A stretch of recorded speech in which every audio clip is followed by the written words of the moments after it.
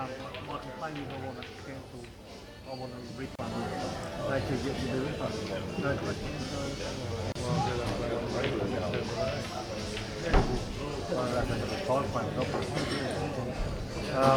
So basically yours cost, your second one cost 8 something like that.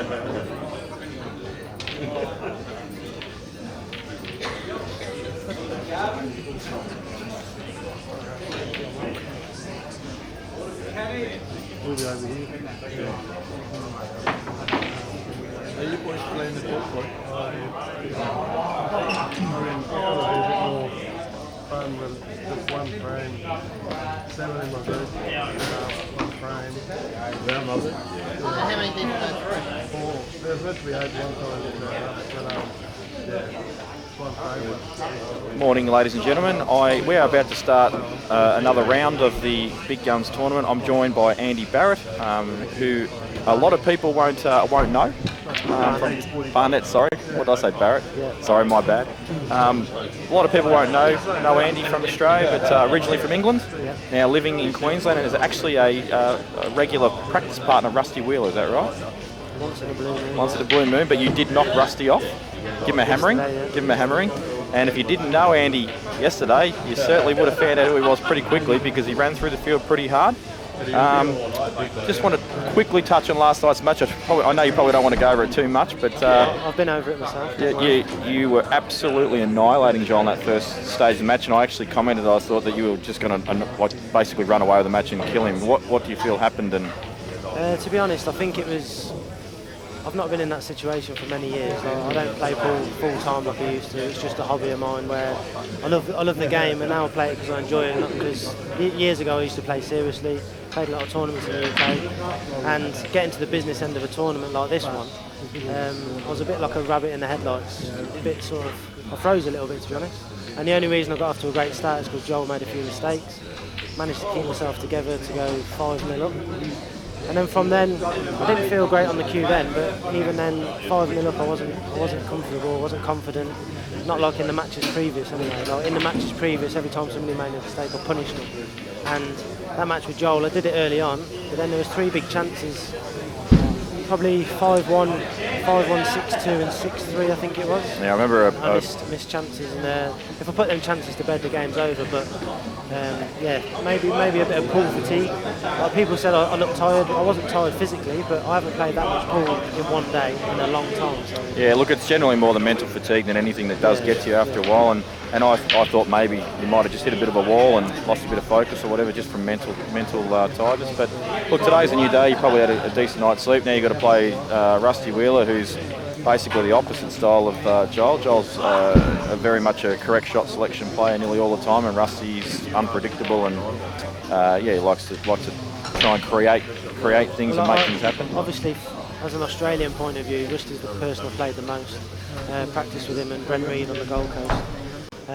2 different styles, obviously, 2 good players to practice hard against, which has been good in the build-up to Big Guns because I've only really put in like a couple of weeks practice. But I did commit to this tournament a few months ago. I'm working down here in Melbourne anyway, from the Gold Coast, sort of fly in, fly out. Said to the boss that I needed to be here for this weekend, and then a couple of weeks ago decided to put in like hours on the table, practice with different players, Rusty and Brent on the Gold Coast, and came down to Melbourne for work last week and practiced with Rob Bowen and Tim Dixon, and then the Kiwi lads that came over. So yeah, it was good to play with different players, and then I knew if I could get through a few rounds that the old form might come back at one point, and for a couple of matches yesterday it did.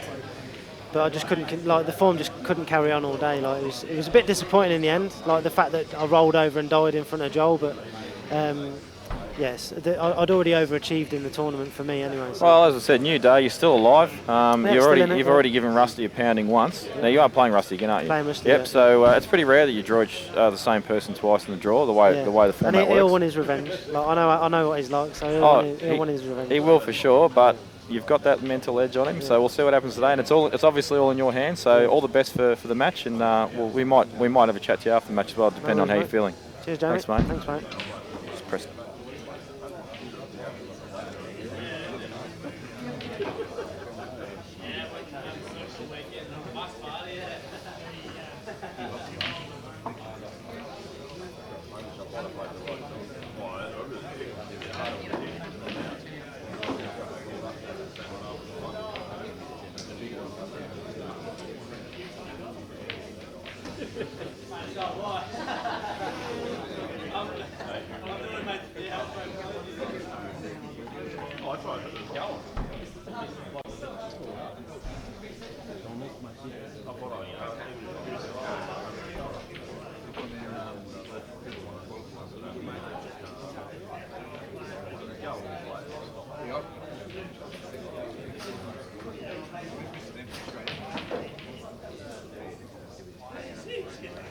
All right, joined here now by Andy Barnett's opponent for the second time this tournament, Rusty Wheeler. How you go, mate? Good. Now, we spoke before you even ran into Andy in the winner's side of the draw, and you said that you kind of didn't want to play him because you play him so much, and it's difficult to do that. And then he got you. Yep. So you got him again. See things going differently this time, Mate, I beat myself in the first match. Probably didn't finish as much as I should have. Probably, handed 5 or 6 frames, and you know what it's like. If you miss your last ball and at this sort of level, you're not going to get another visit. So, some people are professional crumb grabbers and others aren't. So, I feel all right, mate. My last couple of matches I played pretty solid under the pump. I played some good players. So, last night's match really got me going. So, I feel good. Yeah, and you just played Stephen Dempsey there, and I think you were 5-3 down, and then suddenly 5-all, and then you ran a couple of racks right at the end of the match to close it out. Some big shots too. Yep. And I know you're a confidence player for those sort of big outs, so they'll give you a good headspace, I'm sure, going into this next match. I feel good, mate. I'm breaking well. Realistically, Stevie didn't break well at all, so I should have beat him easier. Like I was 3-1 up and should have been 5 or 6-0 up, and blew a couple of chances. He went 5-3 up, and I handled the pressure a bit better than I had since I've been here. So no, I feel good, mate. I feel like if they're there, I'm going to knock them in, and hopefully I get me chances. That's all I can ask for. Andy's a solid player, mate. He's former obviously English pool in the English team, so I practice with him now and then back home, so I know what style of pool he plays. I know I'm not going to get blown off the map, but I know if he just plays tight, solid pool, that's just how it is. And one more question, Rusty, are the fans going to see some Facebook status updates in the course of your match this year? I think it's actually jinxed me, mate, so I'm going to go quiet. They'll get the occasional boom, but that's about it. So hopefully all I'm wanting is to try and get through this match, and I'm actually hoping I draw Mick because I want another crack at him. So that's all you can hope for, is just give yourself a chance, and we'll see how we go. All right, mate, well, all the best for this match. We might get you afterwards. All right, cheers, buddy. Rusty, Big Daddy Freestyle, ladies and gentlemen. Thanks, mate.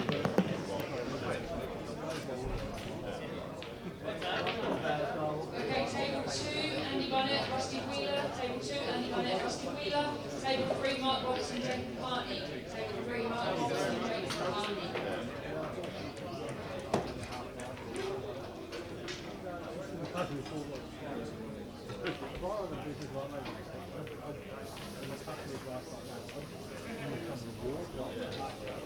I've done that before. They do it on video.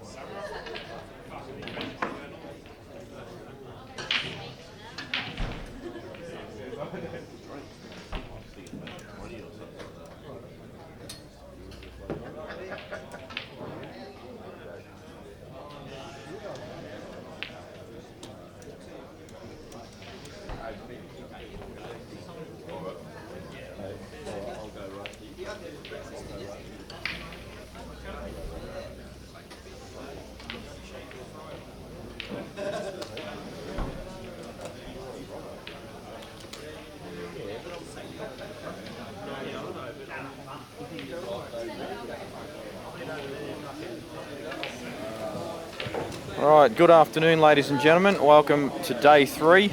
Big Guns, joined in commentary once again, Tristan Masang. How are you, Jamie? Good, mate. And we are still playing some repocharge matches, and we've got a couple of good ones in store for you. We have Robbo on screen there. He's going to play Jake McCartney, so that's starting to become a bit of a regular thing these days. And on the other table, you probably just saw Rusty Wheeler knock off Steve Dempsey. He's playing Andy Barnett, who I accidentally called Andy Barrett in the interview, which was a pretty bad effort of me. Did you have a good sleep last night? Oh, look, I got as much sleep as was humanly allowed, given what time I got home and stuff. But I feel all right at the moment. I'll probably just hit a brick wall later on the night. But I don't think this night's going to be an after midnight finish, which is fantastic. Yeah. But it'll be interesting, this match with Rusty and Andy. Andy pretty much just said to me in his interview that he's already gone further than what he thought he would, which I didn't know how to take entirely. It sort of told me that, he was content and he doesn't really care if he gets knocked out from here. Now that can have two effects. It can settle him down, or it can. And he said he sort of, felt the pressure a little bit, even though he got off to a blinder of a start. On Joel, but look, for his sake, I hope he's just forgotten all about that match and he's ready to just move on. The other side to it is he could think he's already beat before he plays. Well, the only person that has beaten Rusty in this tournament is Andy Barnett. Yeah. And now they're playing each other again. So. Andy said to me that all the pressure's on Rusty because he's supposed to win. Yeah, that's a fair call. So let's, before we kick things off, we can't be too far away. You can see one table set up ready for the lag. They're probably just doing a final prep. Let's do a score prediction on both matches. I'll let you predict the Robbo-Jake match, and I'll predict the other match, because they're both Victorian, so I shouldn't predict that one. I'm going to say Jake wins 11-10. Well, it's race to 8, so recess. 8-7. Yeah, I'll go 8-7. 8-7.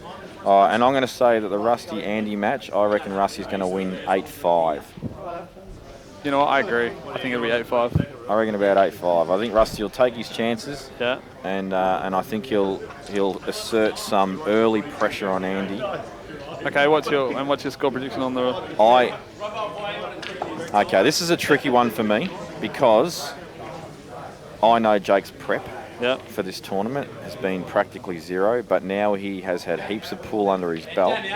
So he's still not at his best by any stretch. Whereas I thought Robbo played pretty well against Mick Hill last night. Yeah. Even though he got sort of belted on the scoreline, he didn't really do much wrong. Yeah. Jake won't be able to do what Mick did. And the only reason I say that is, in my opinion, no one in this tournament can do what Mick did last night to Robbo. Yeah. Not that way, not the way it was done, the way the balls fell. Yeah. But I'm going to actually say that Robbo wins 11-9. It's race to 8, so you have to reconsider that. God, I'm an idiot. just give you a thumping for it. I'm going to say that Robbo wins 8-6. And I never go against Jake, but I'm using what I've witnessed as far as prep and all that sort of stuff, and who's played what and who's got where in a tournament. If I want, it doesn't mean anything to me who wins this match, although Jake's my best mate, so I'd probably prefer him to win. Yeah. But that's only from a mate's perspective. I get along really well with Robbo as well, so I'll be pretty much impartial to the match. It's a great shot from Rusty there. Get straight on the dead red.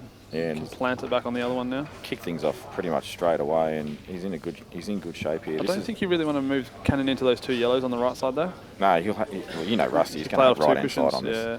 He's going to actually play it with running side. Your favourite shot. Yeah. It's got.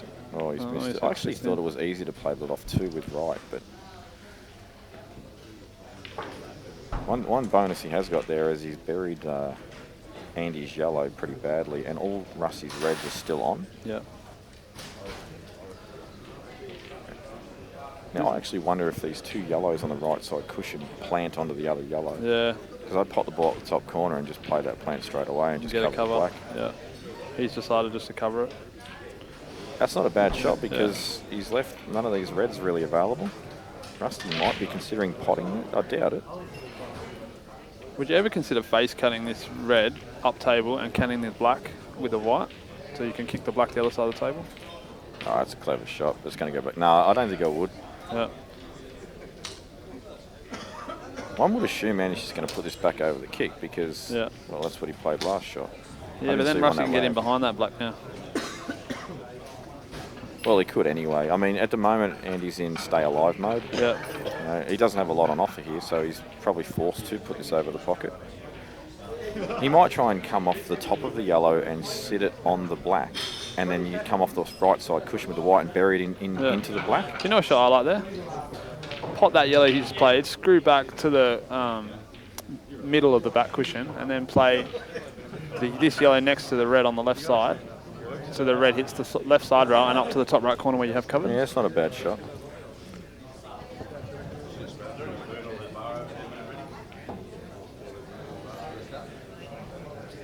So Rusty, look, I don't think he'll even try and kick the black out here because he risks kicking it to the rail. Yeah. And it's you can get behind it. Like he's got that ball over the middle there to use. Let's use his shirt's close to that ball. So do you think he's going to use the middle ball to last? I think he will. I think he's played for the corner ball there, but he's fallen a touch shorter than he would have liked, so he's changing the route. Or would you prefer to leave the red on the bottom left for last? It's all about the angle, really, what angle you get. Whatever ball you choose to play last, you've got to have the right angle. Yep. I mean, ideally what you want in any situation is to, when you're going to get on that last ball that you're transitioning to, you don't want to have to move the white at all. Yeah.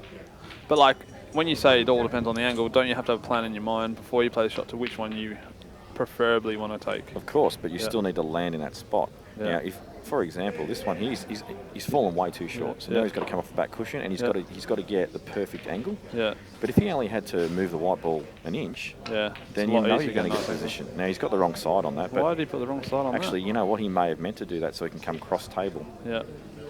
So this is what I mean. People think differently. Yeah, about but it's how harder do to control the pace with the top spin.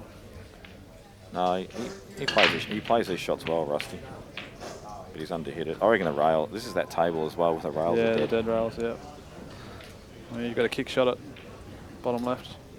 Yeah, I see. My mind's saying get on the natural angle and come off bottom rail behind the black. That's what I'm thinking. His mindset is that's missed.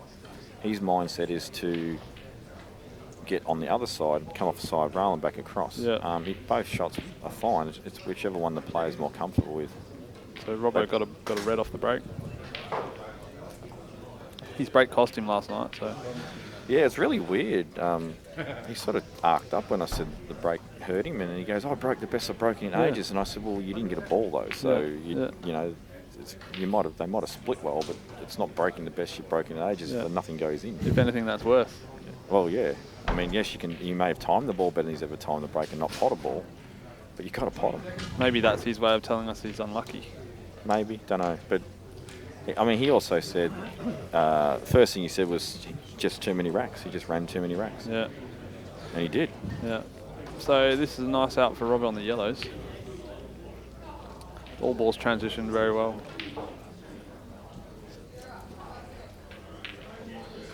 I actually think my last ball was the one on the top left corner. I'm going to play off two cushions and the black in the bottom left. I actually don't care which ball's my last one here, as long as I pot them.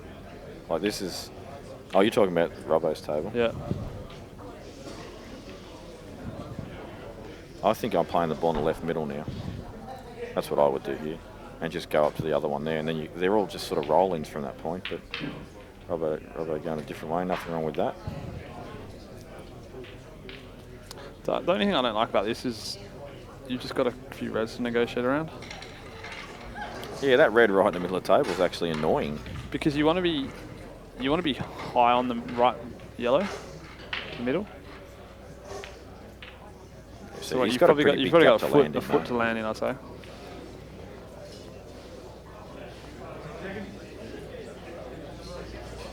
So we've got 20-20 shot clock in effect on the Rusty Barnett table. And that looks fine for Robbo. Yeah, it's a nice shot. Does not want this on the cushion for Andy. He's okay.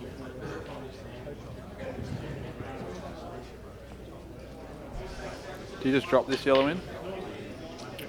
Depends on his angle. He may just stun between the red and the black. Yeah. Yeah. But it's really funny, like that shot there, Robbo makes it look really easy. Yeah. But you have to cue it well. You Yeah, actually exactly. have to cue those shots really well. And Robbo actually looks to be cueing the ball quite nicely at the moment. Not that he sort of really cues the ball badly, but I do believe it's actually the benchmark for Robbo's success. It's nothing to do with his shot selection or anything like that, although obviously that contributes, but if he didn't have the cueing action he has to be able to execute certain shots under pressure, he wouldn't be where he is now. I really like watching Robbo play. So Andy goes 1-0 up, and Robbo starts with a master break and goes 1-0 up. And that was due to an error from Rusty. He had to run off the break and made the mistake.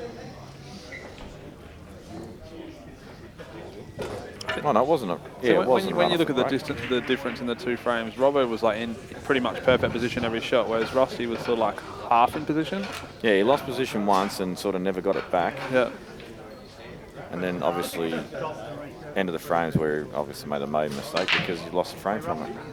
Jake breaks, gets 1,000 balls in off the break, and well, I'm pretty sure he's going to take yellows. Bit. He's going to need to have a little nudge on the black off that middle yellow.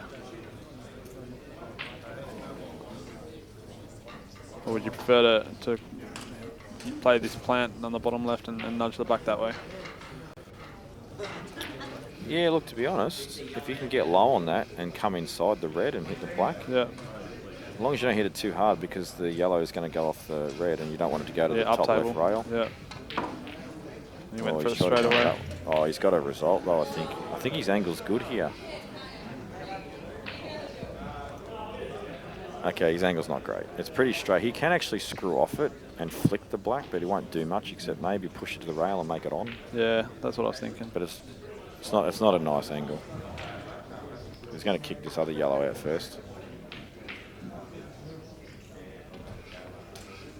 20 seconds. That was a nice shot. This is still getting a bit dodgy now, this out. The angle now is okay if you're comfortable playing the thin cut. No, I reckon he goes straight into that red. It's in the middle of the table on the cut. I reckon he hits the left side of it. Really, I thought you'd hit the black full ball. Are you talking about the cut in the middle? Yeah. I think that's actually a really hard shot. Yeah, that's crazy thin. Really tricky shot. I'd rather try and screw back and get a bit straighter on it. That's what he's doing. This looks better. Oh, he's come too far. No, because I think he's playing the plant. You want to get low on him? Yeah, you might be right. Yeah, but it's starting to, like, this is all starting to become high risk now. Yeah, because he's left like the hard thing till last sort of. Yeah, exactly. Mate, almost need to be content with just promoting the red over the middle.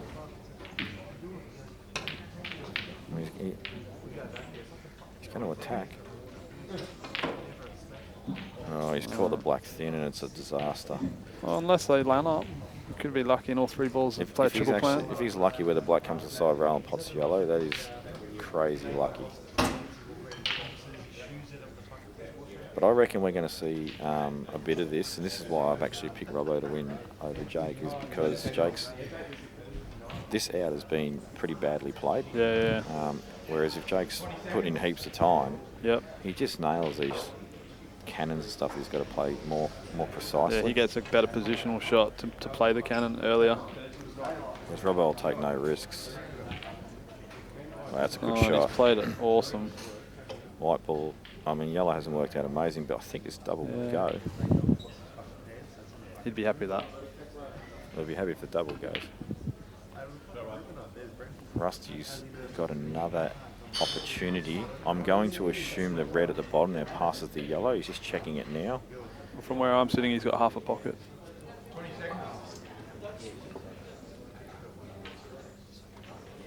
Oh, I reckon it goes pretty comfortably. He's played for a choice of two. That's in. Oh, it's just red. nicked the red. Maybe it wasn't on. So that double there, last night we were talking about straightening up and sort of stuff like that. because that red's in the way, do you want to play it wide and straighten it up? Wouldn't they? You can't really play it wide and straighten it up because it's still got to take the same line to the pocket. Yeah.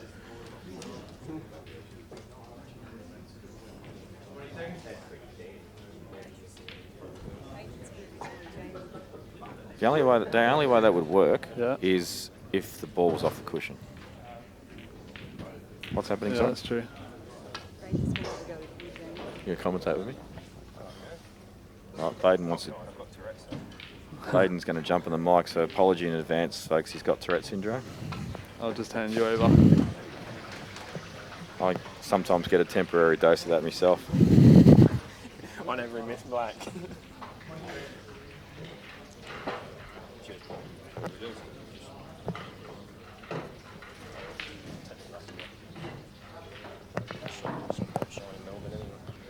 So, Stick it on me. the other way. I know you got to turn around this way. So, for those of you who don't know who Baden is by now, I haven't been watching CueballTV.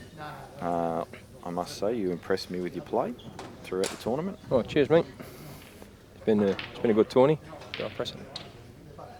Oh, am I on? Are you back again? Yep. Am I on? You are. Yep. That's all good. So you'll be back again to the tournament? Yeah, definitely, mate. Yep. Already making plans for next year. Bigger crew? Bringing the wife, so that'll be good. She's going to play in the ladies. She's pretty good at these two-shot rules. Pretty hot. Bit of practice. I think she'll be all right.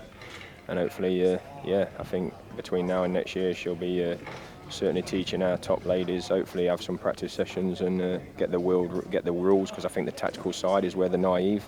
We've got girls like Mulrooney and Hazel that can pop balls off lampshades. They're brilliant, so attacking, and I think these rules actually suit their game. But it's just the tactics that let them down.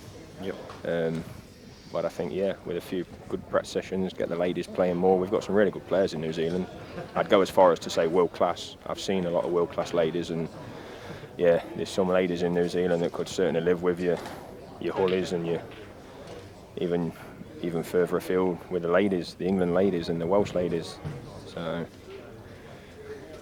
you're obviously aware of the top females in the country and that sort of thing? And yeah, mainly through the wife playing, to be honest. She was part of the ladies England team.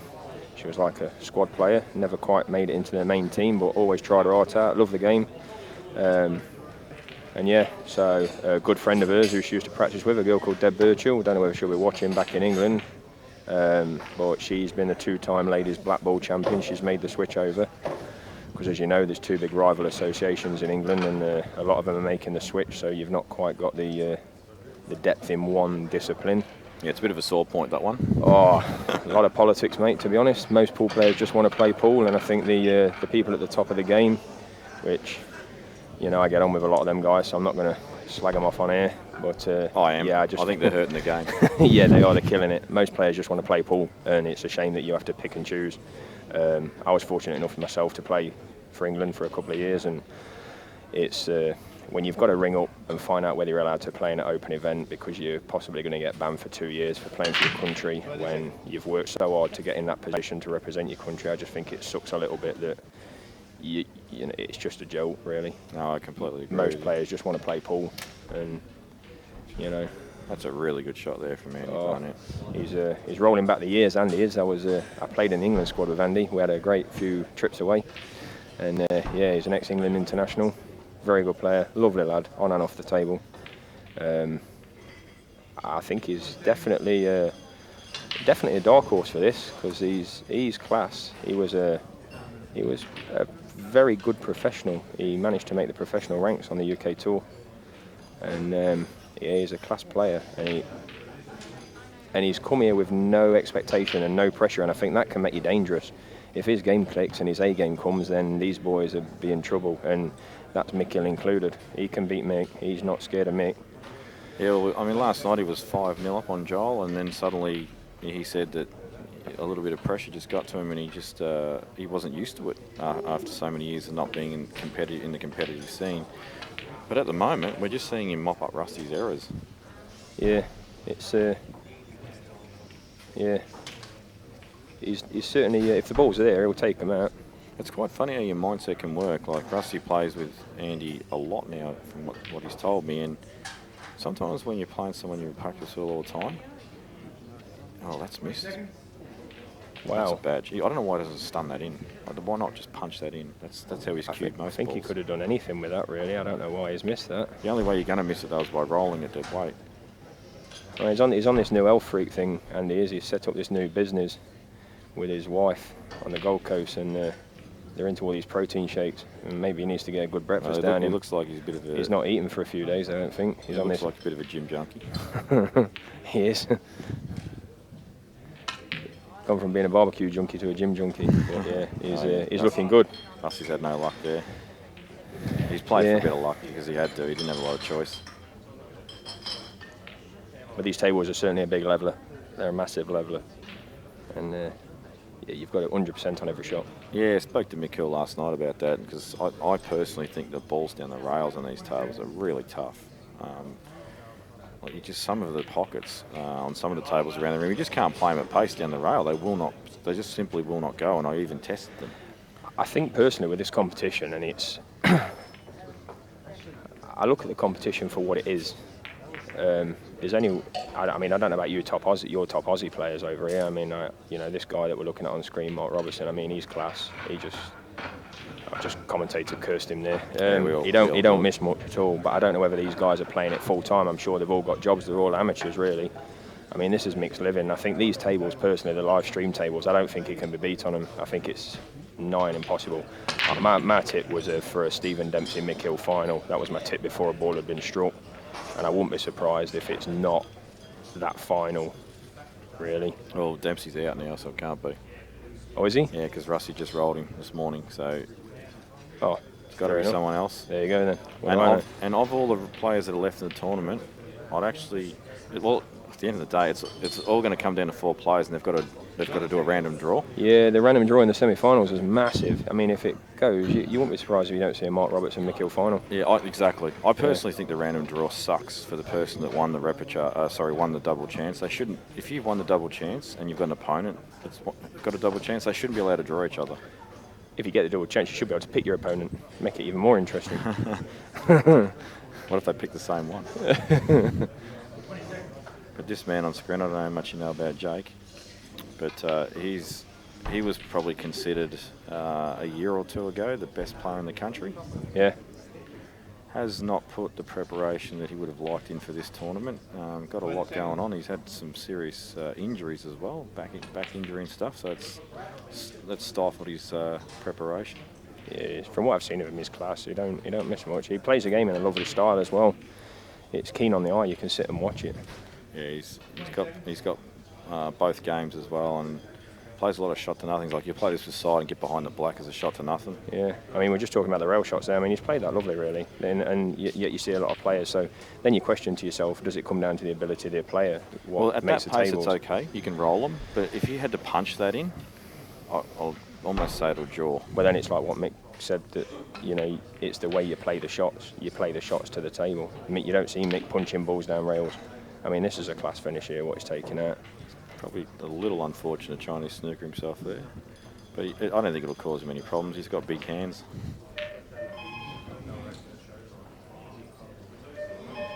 You know what they say about a guy with big hands?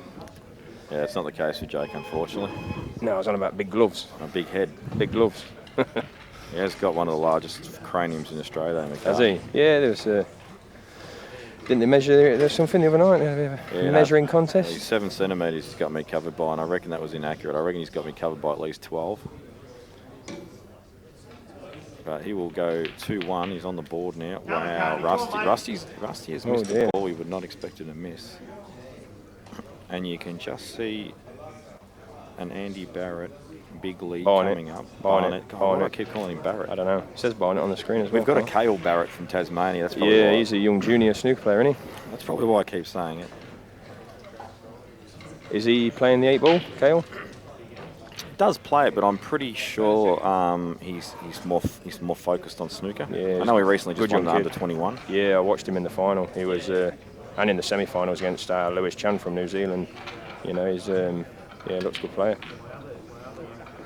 Yeah, he played big guns last year, and he wrecked me in the loser's side. Absolutely annihilated me. Bit of a loose one there, I think, from I don't know if you can see that red to the middle. I think you can. I think he's Yeah. all right. He may need to go up and down. I don't know if he'd better just hold it. I reckon up and down's a shot anyway. Play for the ball on the bottom cushion next.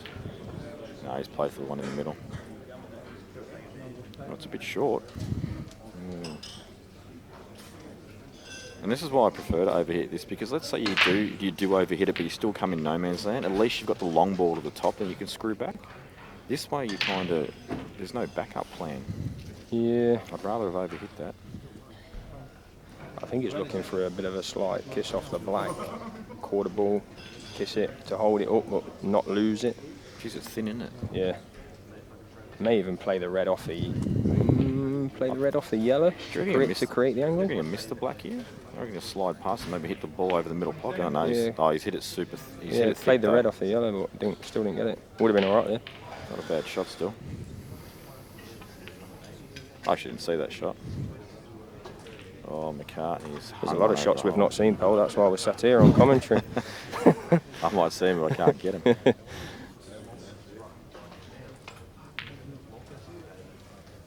Rusty's played around the table, just played to get a white. It's not bad. I mean, this ball is cuttable, but tricky shot. I must admit, I do like Rusty's style of play. For me, he always looks like he's practicing. He's just having a practice session. Yeah, he is. And yet, you know, these guys are, how much they're playing for? 12.5 for first prize. 12.5 grand first prize. He's playing like it's a practice session. Pocket change for Rusty.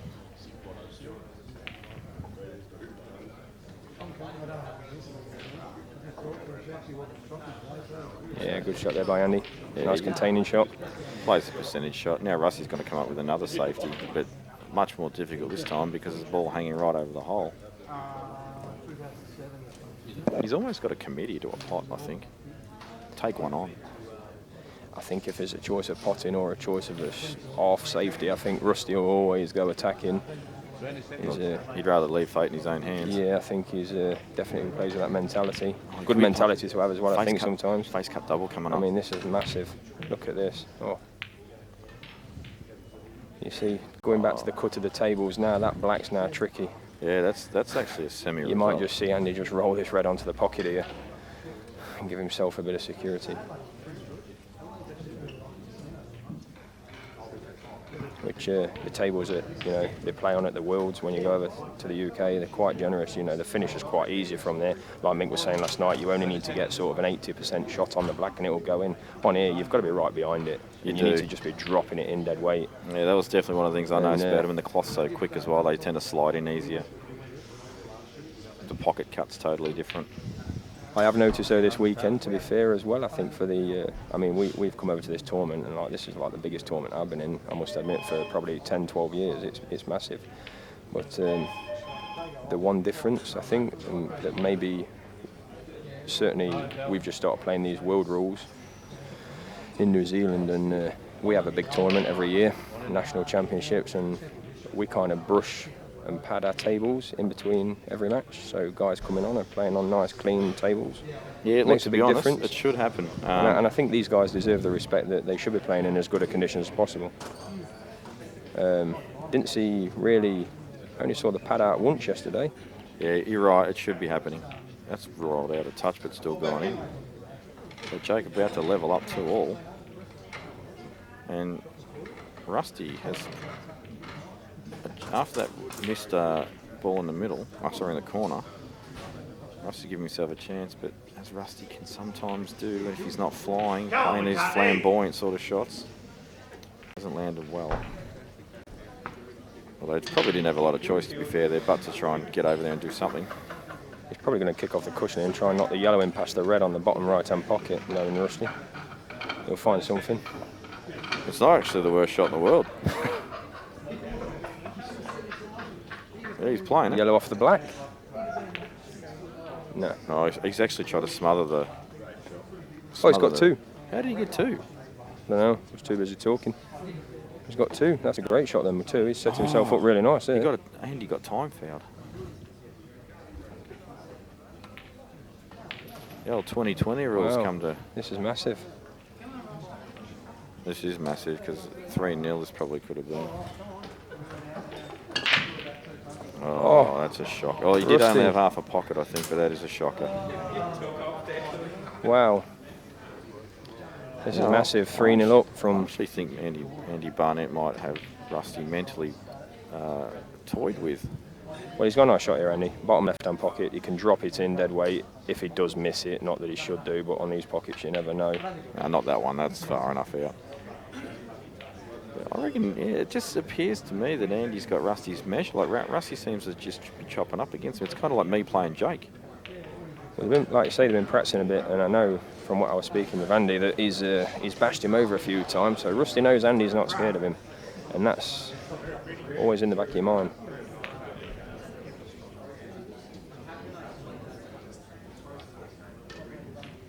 I mean, he's a seasoned pro, Andy, and if you give him a chance, he don't roll over. He's like one of them annoying little Jack Russells nipping at your ankles.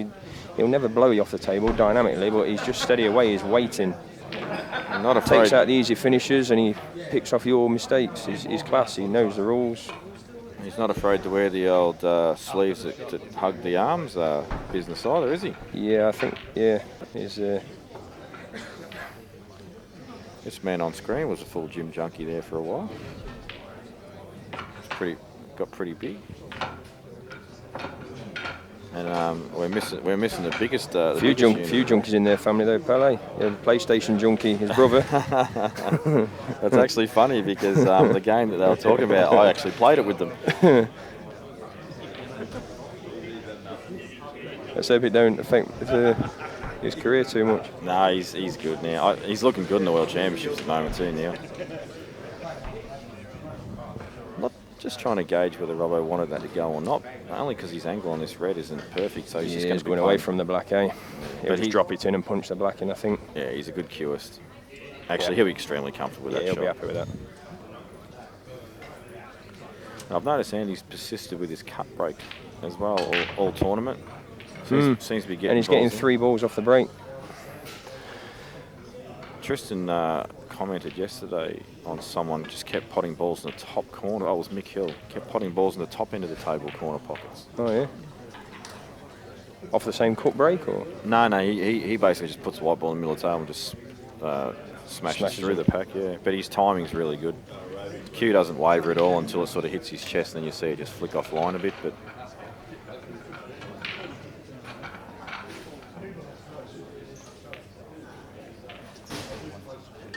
I can see another rack being run here.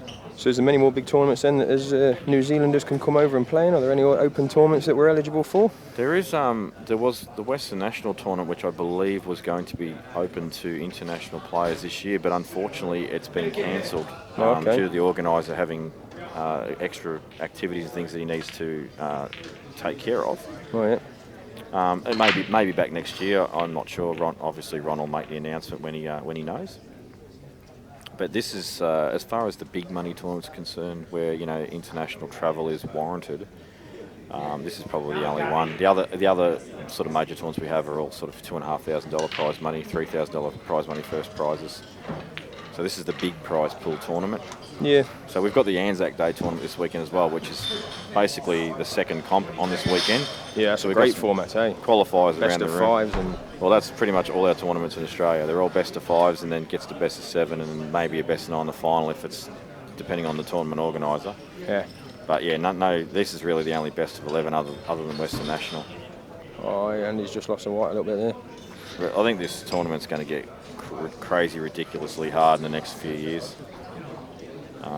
It might even come down to a point where a lot of the amateur players just won't be able to enter because there won't be slots available. So if you are an amateur player and you want to still play and you want to get maybe intermediate level, get good because you run out of time. Well, you only have to think of the players that's missing from this tournament. Steve Woods, James Delahunty. That's right. Two guys that are probably good enough to win the tournament. He's just hit that thick into the pocket, and that's why he's landed hard up on the red, on the yellow. It's really funny. When I was a junior learning to play, I got taught the push shot. You can actually pot this along the rail with a push shot. Yeah. It's frowned upon though pretty heavily. Yeah, well, we've had that discussion. Joel Younger played a shot yesterday against me, and obviously I know it's in the rules and you have to try and set it up in a way that they can't do it. That was touching. And you know it's a push shot, but it's not a push shot because it's allowed. So it's kind of hard to get your head around. Yeah, I had the same chance to play a shot against him later in the frame and play through a straight red into the top pocket to guarantee posi on the black. And it's just not in my mentality to do it. Even coming from a snooker background and then playing these rules, you've got to play away from the ball. In England, it's kind of, I find it strange that they actually allow the Aussies to put that in when they go to the Worlds, and then they've got to play away from the ball. So it's kind of hampering. They're playing two different games. They actually don't. They don't let us do it because they've called a foul on us plenty of times for push shots. So. Yeah.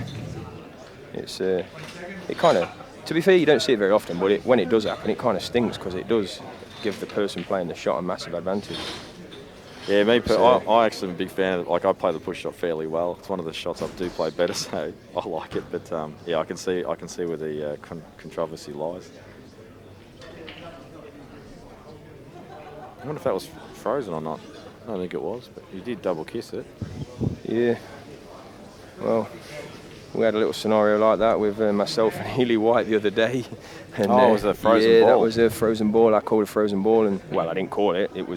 It's up to the opposing player to come in and, bless him. Yeah. I actually played him straight after that match. Yeah. Yeah, it's kind of tough. Came out of that match and then went straight back on and played another game. I think that's another thing that needs to look at with the format, to be honest. I think it's really harsh on those guys. You're okay if you've got an hour's downtime, but he didn't even get time to have a quick break. It was. Oh no, I give him 10. Yeah, you gave him 10. Yeah, I heard that. He said his opponent gave him 10, but they were expecting him to go straight back on and play. And it's actually funny. Kind of I think it depends on the person, because I'd much rather just get straight back on and play. If I'm playing well. In such a big tournament, though, it's you're not out the tournament. You're still in the tournament, but obviously your path's just got a lot harder, and you've still got to get that loss out of your system, because it might be a match that you feel like you could have won. You know, I mean, yeah. After losing to Joel yesterday, missing 3 easy balls, losing 11-9, I was absolutely sick. And thankfully, the guy in the next round in the losers' side, he just didn't really turn up, to be fair to him, bless him, and he made my job a lot easier. So that was the match that got all the bad stuff out of my system. Who was that you played? Oh, I can't remember now. He beat Travis. And I don't think was that it was Chris Beakley? No. I'm not so sure, to be honest with you. Grant Weekly? Oh, yeah, Grant Weekly. Yeah, Grant Weekly. And yeah, I suppose I was quite fortunate that he beat Travis, because Rusty has got on the board. I think it was a game that he needed to win that one after the way the other games went.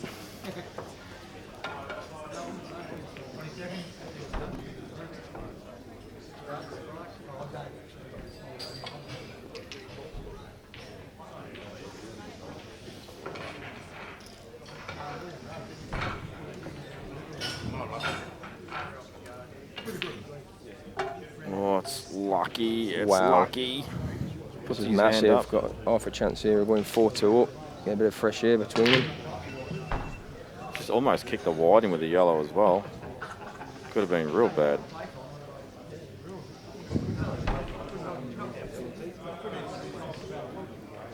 So who's your pick for the big guns? Are you looking past Mick for the win, the way I played and the performance he's put on? I picked him before it even started. Yeah. Last night, just when he played Robbo, and it reaffirmed to me that, just how good that guy is. And it sounds really weak and defeatist of me to say that, but I'm a realist. I look at the facts, I look at what's in front of me, and then make a judgment call. And my judgment call is that he doesn't look like he can be beaten if he plays like that. Someone has to, basically the only way you can lose is people have to pot a ball off a break pretty much every time.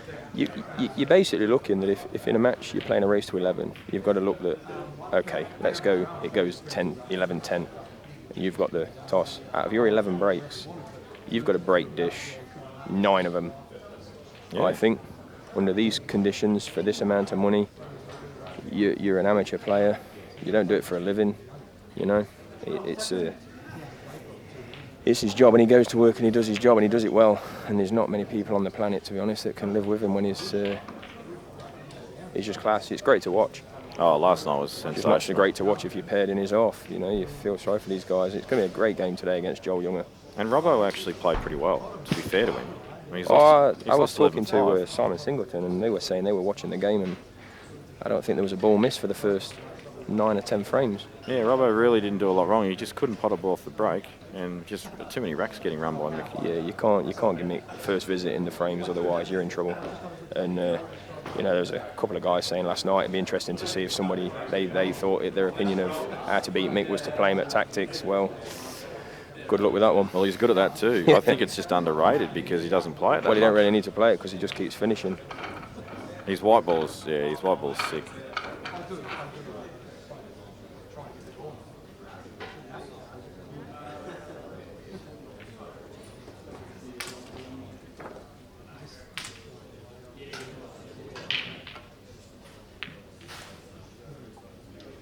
Good cover shot there by Rusty. Trying to take control of the frame. That's a great shot. He's left a bit of a gap for Annie to get this yellow through and take control back.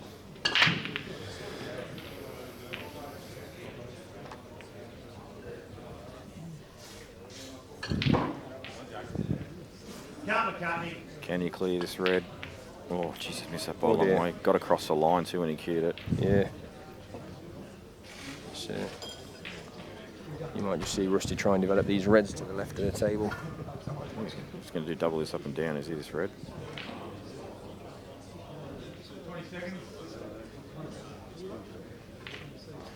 Oh, so this one's being timed on the left of the screen, but is the one on the right being timed? Yeah, there's a guy timing it. This guy just in front of us. No, he's timing Rusty in that, isn't he? Oh, No, sorry, no, he's this guy's Jake, timing. sorry.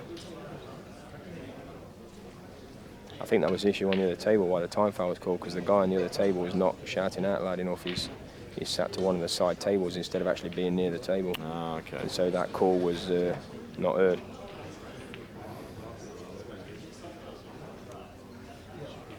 It's a shame there's not more volunteers for reffing, to be fair. I think these guys at this level and this stage of the tournament, really, these tables should be refereed and time kept now. There should be people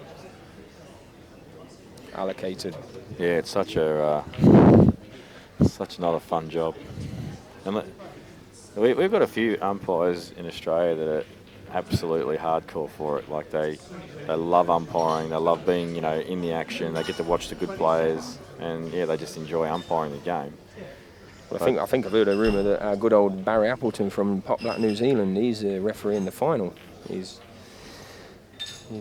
been given the job of referee in the final. Oh, really? I mean, a great little notch on his belt there, because he likes refereeing. He's good. He also does our MCing at our nationals, and that's absolutely brilliant. He calls out the players one by one to the table at the Woolston Club. And I don't know whether you've ever been to the Woolston Club in Christchurch. It's probably, I'll be honest, it's probably one of the best pool venues I've ever played in. Yeah, I've not been to It's New just Zealand before, but it tremendous. is on the list. It's tremendous. You've got the table set up downstairs and a big balcony about, a top level, and it opens out onto a big balcony. You're looking down on every table, and it's brilliant. Music playing. You know, the guys that have taken it, Brad Campbell and Marianne Kane, they set up Super League rules in our country, and they've just been brilliant. And the setup, everything. Brad's really, he don't mess around, Brad. He don't do things by halves. He's one of these, if he's going to do a job, he does it properly, and it's good. You need that, because he's a player as well. He's a good player as well, and one of the top pool players in the country. Plays a bit of snooker, and just a genuinely good bloke. And yeah, he don't do things by halves. He's a good guy, but he takes everything in. You know, the tables are brush padded and iron before every match, every session. You know, timekeepers where timekeepers are needed. Yeah, all those little 1%ers Just help. those little things, you know, that just go towards. And obviously, it's good money. You're playing for $10,000 first prize. Do you reckon that was a foul that Rusty just played there before? Can you Watching replay? there. It's too late now, of course, but the shot that Rusty just played to put the red over the hole. I think You're thinking not it? I think it he didn't touch hit, cushion. Well, I know the red didn't. I think I heard him say the white hit, but I just want to check it. Because I wasn't paying any attention to the white, to be honest. I was looking more at the red. But it must have been close.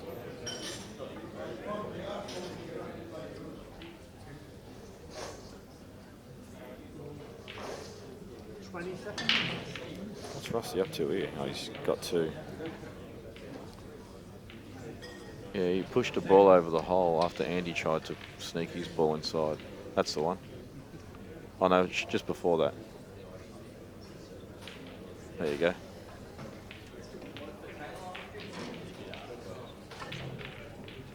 Good shot that from Rusty. Nice shot Cleared the there. pocket. No, it didn't. I don't reckon it hit. Did the red hit the cushion that he played it past? Can you zoom it in? Or the yellow, sorry? He hit it into the ball. Did the other ball hit the cushion? I don't reckon it did. Well. Yeah, the white hit.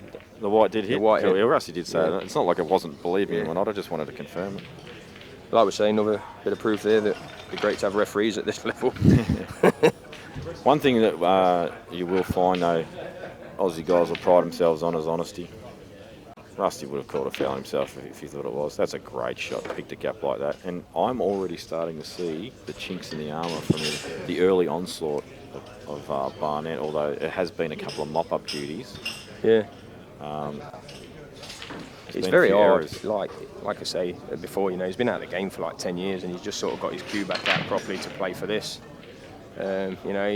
He emigrated to Australia 3 years ago, and you don't emigrate abroad to play pool. You come here for the better way of life, and you just get dragged back into it. It's a great social thing, Absolutely. It's the pool setup in England is just fantastic. It's absolutely fantastic. Is this beer mine? Oh, Dan's. Rusty. Just missed a relatively straightforward black there, Rusty, to I thought the it was tricky left playing and off the centre. rail. Oh, this is mine. Oh, thanks, mate. I actually thought it was tricky off the rail. That was caused, obviously, by the positional shot previous that he didn't want it to yellow. He wanted to miss it. Looking here at Andy taking this big yellow onto the top pocket, If Andy goes up 4-1 he's got the simple snooker here. He can knock the bottom right hand, cover the bottom right hand pocket and get the snooker on the black. Yeah, it's a great shot. Look at the Certainly shot he didn't want to leaves, miss it, actually. but he's got a good shot there now. He can either go game here, or if he's not fancying it on these tables with them being cut tight, he can just drop the yellow in and get the snooker. So this yellow on the left here, that's fine. It's off the rail a Yeah, decent I think- amount. It's yeah. when they're on the rail, it's really For all the tricky. viewers looking at home now, they'll be looking at we're really spoiled in New Zealand. Our tables quality are fantastic. They're absolutely unbelievable. And like that table in the bottom left-hand pocket, that ball there in the bottom left-hand, you can pot that cleanly from here. It's going, and it's not because necessarily the bags are bigger. I don't know. They just play different. Yeah, no, this will not be a problem, I don't think. Although he hasn't landed absolutely perfect here, but I still don't see an issue. I think he'll run these balls.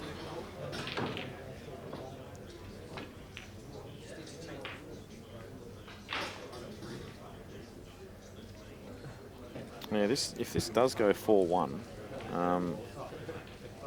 Andy's been handed a few of these and just had to mop up, whereas Rusty's probably been in first nearly every frame, had a chance to dominate. Needs to come back at least halfway. Yeah, that's pretty good. Yeah. I would like to 4-1. come back a touch more. 4-1 coming in. It's really funny because he's got to actually control this fairly well at centre table. Doesn't want to go near the middle pocket. It's funny things can happen. You can undercut him trying to pull the white up the table. But he's played it well. Absolutely brilliant. Well done, mate. Well done.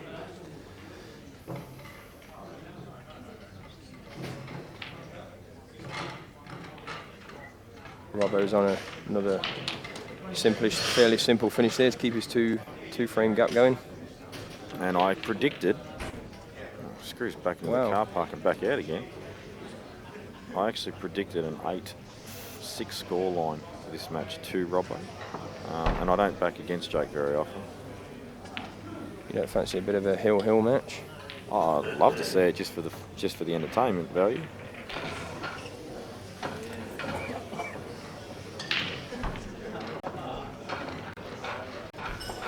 Robbo, he still looks the cleaner of the two players out there as well when he's amongst them and finishing. Oh, he's just a great cueist. Their styles just are different. A great cueist. Jake looks like a horrible cue. Like he looks like he's just terrible, but his delivery of the actual cue itself from the final swing back and strike. His final touch is lovely.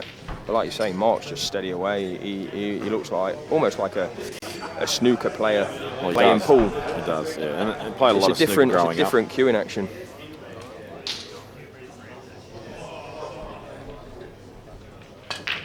So he played a lot of snooker, did he, growing up? Well, he sort of had to. He didn't have a lot of choice. And then realised he was going to be the second best brother out of the two and switched to pool. I think more the point, I think Neil just decided to pursue it, whereas Marc didn't.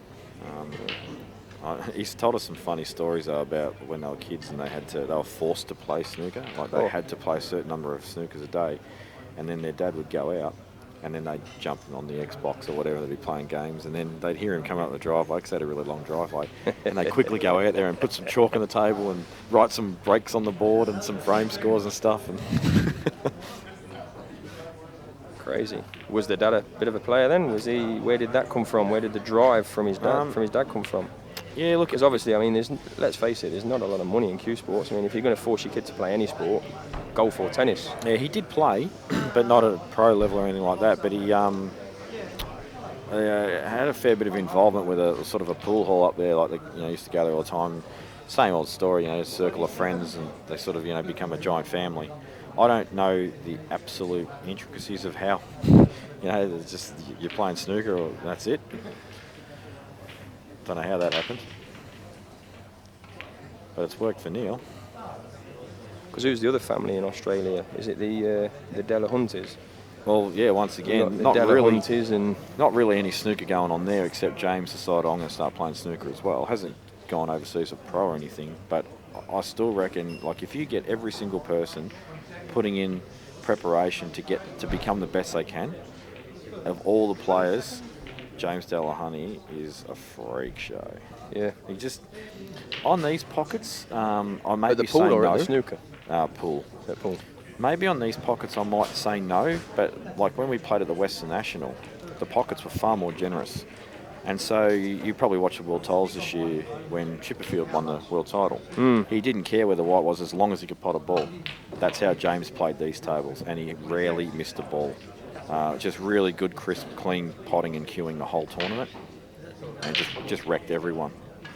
Just to cut in on you there, Rusty seemed like he was on a bit of half a chance of a finish there, and he's just played an absolute game changer into Andy's favour, knocking that yellow up onto the top right-hand pocket. It's possibly giving Andy a bit of breathing space here, chance to get back in. He's going to play for a double. He's got to. He's come touch short. Just a touch short. He had to be on the bottom rail there. He's going to try and squeeze it. Oh, good effort. Wow, I mean, same again, guys, for all you at home watching, realising that these table pockets are tight. That looked pretty good to me. I thought that was... Okay, Robbo's about to go 6-3, another pot out, I believe. So another one of your Aussie greats, Quinton On. What's he up to nowadays? I don't know what he's doing. I know he's got a court case coming up soon for some kind of fraudulent duties as an accountant or some... I don't know exactly what it was, but yeah, bit of a maniac, that bloke. Probably the biggest talent I've ever seen in my life, and just wasted. I spoke with Darren Appleton on numerous occasions, and he thinks that possibly Quinton On is absolute freak show on a pool table. Probably thinks he's the greatest player to ever play on a pool table. He could have been anything. Coming from somebody like Darren, who's obviously got two great mates in Chris Mellon and Mick Hill, who, in my opinion, are probably the three best eight ballers. Well, I can't actually say that. Gareth Potts, in my opinion, is probably the most solid eight-ball player, and it was a massive loss to the game when he went to Chinese eight-ball, but it shows the class when he goes over there and does what he does in that game. It's just tremendous. It's really... But he's so professional. His whole professional attitude about it. But they all are, all the top players. Whatever they do, they give 100% focus. And, you know, these guys, they don't wait for things to happen in the game. They make the changes to themselves. There's no money in pool in England. You know, your first prize for the World Championships is £10,000. You know, but you've got these guys in England playing £20,000 money matches. It kind of don't make sense, really. Your World Champions should... in my opinion, he should be the one that gets the plaudits. You are right about that. Be interesting to see how much money some of the tournament organisers actually receive for the organisation. Well, but we won't go there. Big break that from Jake. Oh, he's just got that red covered pot. I think that was one of the good things as well with very refreshing coming to New Zealand and seeing our setup with the Super League, with the Brad Campbell. It's sponsored by BC Contracting, which is Brad Campbell Contracting, got his own building company, and he basically put his hand in his pocket and helped fund it to get it off the ground, put a lot of money in, and he stated all along, it's for him it's a non-profit making thing, and to be fair, if he was trying to ever make money out of pool, he's in the wrong game. So it's for him, it's all about the getting it out there and putting New Zealand on the map, and I think to me that's massive. It's massive. That's what it's all about. Anybody who's ever had a chance to represent the country playing a game that we all love, you can't put a price on that. And I know a lot of our young lads, even though it's a singles event, we've come away as a New Zealand team this week, and we've treated each other like a team. We've been there, we've helped each other out, supported each other. It's been really, really good, really refreshing, and I think we're penciled in for coming back to Canberra to play in a Tri-Nations test in November. Oh, yep. So that's this year, later in this year, November.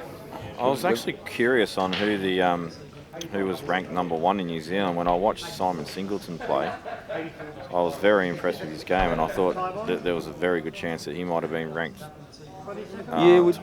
We don't really have a ranking system at the minute, to be fair. It's early days. We've not really got a ranking system. We've just got this national. We play in provinces. We have 16 players in a province, and we all play, and the top so many. If you've got 16 players in your province, the top 8 qualify for the final stages, and then we have a 64-man double eliminator in Christchurch. Long matches, long races, race to 10 first round, leading up to race to 13 in the finals, and basically double eliminator, and winner takes $10,000.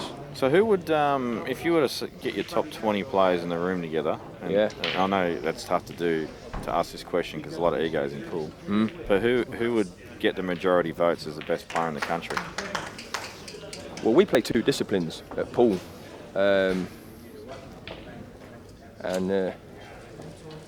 You've got the biggest ego in the country sitting here next to you, because I rate myself as the best.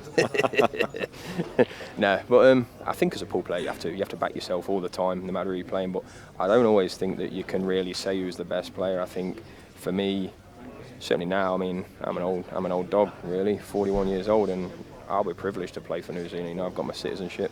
The rules, what we play in New Zealand, the charter club combo rules. Phil Wilkinson has just dominated for years, and his best buddy is Matt McInnes, and he's class as well. So these guys aren't here though, are they? Yeah, they're here. Phil Wilkinson, Matt McInnes. Matt McInnes has had so many hill matches yesterday, and he's just absolutely monster dished the guy off the tail in the decider. The guy's a potting freak. He's unbelievable, just unbelievable. One of the best plain ball potters I've ever seen in the game, to be honest. It's just, he's class. And I think, going back to your question about who you would put in your 20, for me personally, I tend to think that it doesn't really matter who your #1 is. When you're playing a team event, you need your 10 best players. Oh, for sure. And I think if you was to ask me, I wouldn't really give a top player. I would just give you half a dozen players that I would want to play in a team with. And, that's fair enough. You ask the same thing of Victoria here as well. We've got a lot of talent here. But like you say, there's a lot of egos. We all think we're the best. We all try, but that's what you're doing. You're putting your skills on show. I won the national title this year, but it don't necessarily make me the best player in New Zealand. It just means that I was the best player on that particular weekend, and I beat Simon in the final. We had a great match. The year before, Steve Denton beat Simon in the final. So, we've got loads of good players. Young Healy White, who's played this weekend, he's a great player. He's as carefree as you can get. He's a good kid, He's been given opportunities, and he's really starting to make that breakthrough now. Politics again, I think, involved in Q Sports, and that sometimes stops players. And I don't think teams should be picked on faces and favourites and characters. I like to see characters in the game. If they always tend to go on about discipline this, discipline that, and I think if you're good enough, you should be in. You can't. I agree you with can't. Sometimes a team needs your wild characters. Obviously, you don't want to go away to another country representing New Zealand and start insulting refs and abusing players and doing all this, because you're just letting yourself down. You're letting your whole team down, and I think definitely then you should. But I think you can't keep punishing young juniors for things that they possibly did 4 years ago when they were 14 and stupid. You know, you've got to give them a chance to actually, oh yeah, you know, they've grown up now. Let's give them a chance. Yeah, exactly. Let them hang themselves. Let them hang themselves. Because if they go away with players like your Phil Wilkinsons, I mean, Phil Wilkinson's respected so much in New Zealand. I've got massive respect for the guy. He's class. You know, he's absolutely class, and he just makes the game look so easy, and he's just a lovely bloke. But we've got dump the white. But yeah, we've got quite a few. Kerry Wirtz, he's another top class player in New Zealand. He was meant to be coming away for this trip, and couldn't make it. But he's another class player. Matt Edwards, he's played this weekend. Another top player, certainly a top 9-ball player. He's staying on in Australia to play in the Australian Open 9-ball. So. Well, you've given us stacks of background there on New Zealand for sure, and it's going to be great to see these guys coming over time and time again. I am very interested now in your shot selection process, because that's the fun part about seeing everyone's different. I have some real, I wouldn't say wars, but some difference of opinion with people I commentate with. Steve Jamieson comes to mind. He always says the complete opposite of what I say, and we always have a bit of banter. Already I saw you see a creative shot that I didn't see earlier. So I've got a feeling you're going to come up with a few more of them. And I actually have not even, I've been so busy listening to you and you giving us the background on New Zealand pool that I haven't even been looking at the scores, and Andy's 5-1 he's looking up. pretty good. He's looking pretty good now, and I think the biggest question now, if Andy pinches another frame and goes 6-1, the big question is has Andy got the credentials to get over the line? And going back to those players again, Andy's going to get over the line. He's not going to struggle. Jake's just played a really loose shot there. A lot of body movement. It's and the Reds. I'm still going to call that match. I still think that match is going to go 7-7. Oh, I'd love to see a 7-7. Jake and Marc. I'll tell you what, if it is, who broke that frame? Who broke the first frame in this match? Because Jake has a horrible reputation for. Oh, we're being told Robbo broke first, so. Okay, because if I've seen so many times that Jake's had the first break, it goes to the final frame and he breaks and pots out. That has just done a U-bolt all the way down the table. A great shot. Robbo's just putting the clamps on. He knows he's not potting out there because these two reds are completely tied up by yellows. Jake won't mind if Robbo tries to sort of engage tactically with him. It'd be difficult to say who the better tactical player is of these two. Robbo's tactics has improved out of sight over the last Not really couple seen of years. Robbo play many tactical shots this weekend. He's just been potting. He's a bit of a machine when he gets going, eh? Yeah, if he's forced into it though, he Oh, plays look at them the right. table there. Yeah, it's moved a bit. Has it caused a foul snooker too, has it? Actually, no, to be fair, to actually get that to stay right in the hole from that line, because you can't hit the actual full ball itself, that would have been pretty tricky to do. Yeah, but the fact it's drifted is massive. Even so, Rusty's going to struggle with that red that's sat on the yellow. I reckon he'd be all right, because you'll be able to put the white ball left-hand side of the table in the balk line, come off the bottom cushion. I reckon that line might be there. Rusty's just going to play this one instead and come off the bottom cushion and into it. Yeah. The gap is right there.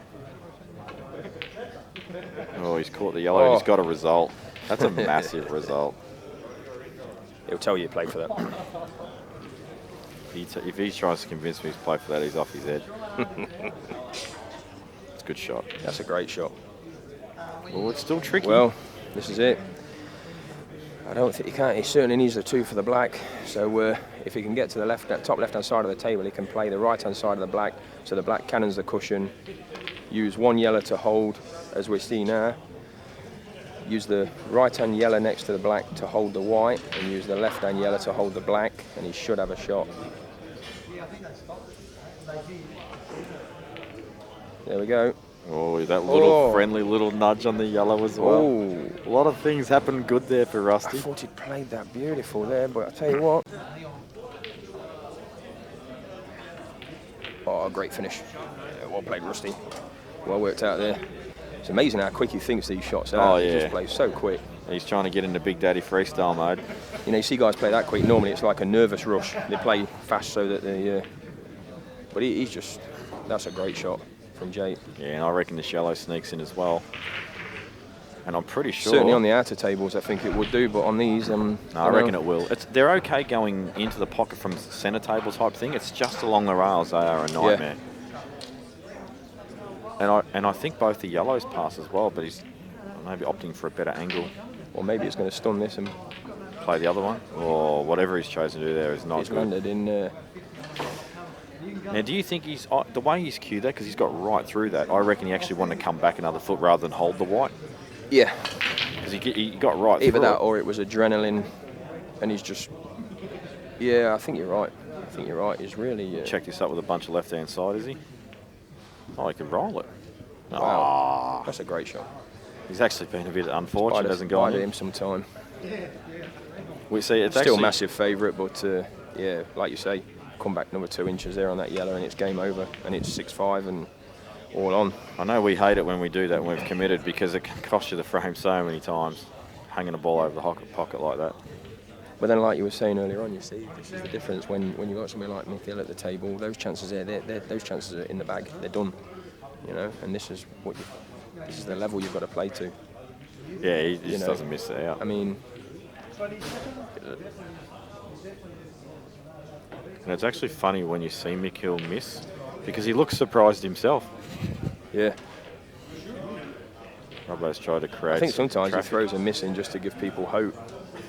Someone else said that to me yesterday, but one of our young lads, bless him, Danny Bowen, he said last night after a few jars, he says, I want to see Mick Hill bleed just to prove he's human. He says, I don't believe he's human. I says, oh, he's human, mate. I says, he's just a finely tuned human. yeah, I wonder what he's actually done to get that good. Is there any natural talent there, or is he just been... Oh, I think there's a lot of natural talent, but I still think you have to harness it. Oh, look at this shot. Wow. Oh, you know what? Well, that's a game winner. I think Garrett... Because you ain't getting them reds out of there without knocking the yellow in. Yeah, the black's got to be brought into play now. Yep. It's... Tell you what, actually... He's got a good chance, actually, because he'll play the black onto the reds later in the game. If he can get right behind it and drop the black in, take the first shot away on the yellow, he's got to do it right onto the red. He's got to get on it, like he's got to put this ball at the top and get on this ball on the black and play at this visit. You can't let Jake get that yellow in or in better well, position. if Jake gets that yellow in, yeah, this will be it. But I agree with you. I don't think those reds are coming out. No. Nah. So does he roll his difficult red in the top, take the red in the middle, and then just play the black onto the reds? Yeah, that's leave all the he white can do. down in the bottom rail and just make it. That's all he can do. Oh, that has just... See, he's overcut that. I think and he's he'll have lost to play the white. black now. I think he's got to play the black now. I completely agree.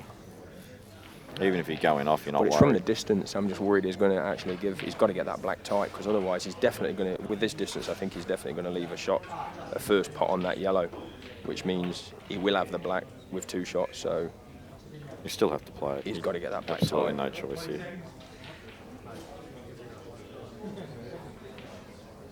I tell you what, it'll almost be better here if he plays the black and goes in off in the corner. That's what I said. In off won't hurt him. Yeah. Here we go. He's got the in off. Oh, he hasn't got the black right though. Oh dear. It's hard to get out that black. It is. I think the shot for me now would be, what's he on? Reds. Play the red onto the black, knock the yellow in, leave the red right in front of the black. Just give him a shot at his yellow. He's got to pop the yellow in one, and then he's got to get the black out of a gap with the red right in front of it. It's hard. You've got to kick it off the rail. Do you know what I'd do here? I'd run the yellow up to the pocket with one, and then I'd pot it, and I'd get about a foot to the left-hand side of the spot on the table, and then I'd backdoor the black out that way. So you can catch it fairly full, that black, and you can just take it off the side cushion, even if He's still got the yellow on though. You know, I'm promoting this with one shot, and then I'm going to pot it with the other, and I'm going to get the white ball where I want for the kick out, and I'm going to foul obviously. But, I think that's risky though, because if that yellow drops in, you've just given the guy 2 shots, and you shouldn't touch any other balls though than the black. I think if you're on the yellow, you just stay away from that corner. But you've got to get Your the black your out. shot to play now is you're on the yellows. I think cut the yellow in and then double that red up and back down in. See, I don't want any more reds there.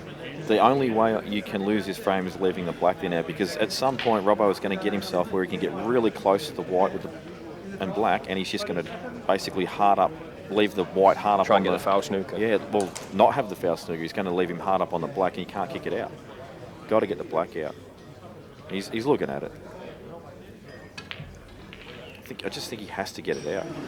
But he's in almost a no-lose situation here. You don't need to force the game because he's on yellows. He's got the yellow. He's got the 2 reds in the pocket. Even with that black not there, you can't get those reds out without fouling that yellow. But this is what I'm saying. If you shoot that other red in front of the black, it's then meaning that you're going to get the foul snooker on. The game shifted for me now. The yellow is now completely irrelevant in this frame. It's all about getting on this black and having the white basically hard up on it and fouling. If you do that and you can't kick the black out, especially if you get it touching, what are you going to do there? If you get it touching, he's got to shoot away. You see, I've been playing now, just playing to fresh air up near the top left-hand pocket.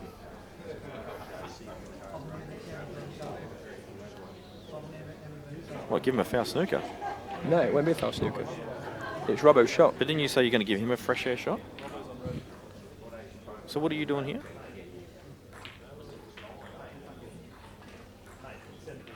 So there's one red coming out. See, that angle's no good. He wants the white in line. Do you know what I mean? If it's there, the white, he can just push up onto it. So he's going to do it anyway, but but he might leave a gap for kick out. Oh, he's just getting a bit closer. Ooh. Oh, he thought it would drop. But see, that's his thought process.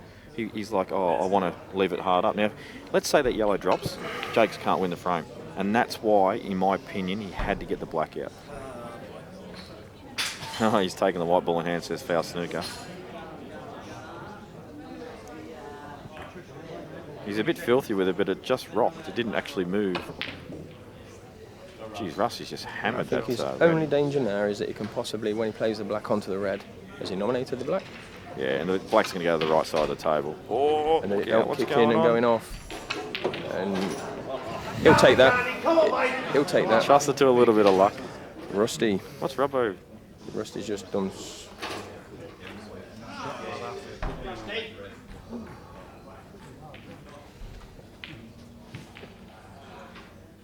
Jake may struggle on this. Come on, Jakey, come on, mate. That's fine. What? No, if the black had gone in off, he'd have lost the frame. Oh, yeah, absolutely. Yeah, because it's only a free ball, you can't pot it. You can't pot at the same time as your ball.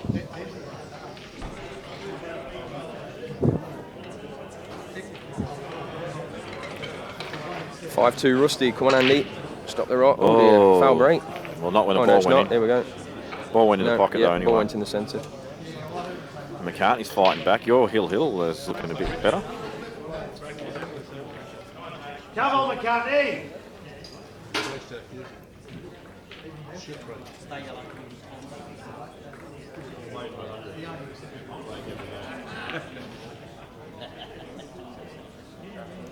I think we might watch the Robbo Jake match for this frame. This one's got plenty of golf in it. Look at this. Especially now, look at this for a... Wow. Come on, Jakey, come on, mate. Has he got an easy red starter? He's going to take reds. Yeah, possibly play off the 2 reds that are near the centre. Play off the right-hand side of the first one, kick the other one in, and then that one will let the yellow. And he should have a shot on the one in the pocket. He's got to sort of play a little bit of a you're right. skill shot sort of thing. He wants to overcut it so the red comes off the left side of the yellow. His biggest danger is he'd be really unlucky to snooker himself behind a yellow. He's played that well. Yeah, great shot. Providing the top red goes. Yeah, I'm pretty sure it does. Yeah, it flies in. So can McCartney equal the score here? Go 6-all. Here we go. And Jake seems to have settled quite nicely now as well. Like, the reason I can tell is he's just doing his little lumber around the table every sort of shot. Checks a couple of things. Taking a few Ks off the speed that he's playing. I'd say he's just. Yeah, he still plays relatively quickly. Like, he just gets on with it. But you can see him just walking around, checking each time where he wants the white. When he's not settled, he sometimes doesn't do that. But right now he's got that, you know, carefree bop around the table. And, well, that's just found its way in. Ooh, is he on this bottom red? Because he has undercut the red, so the white lost some pace.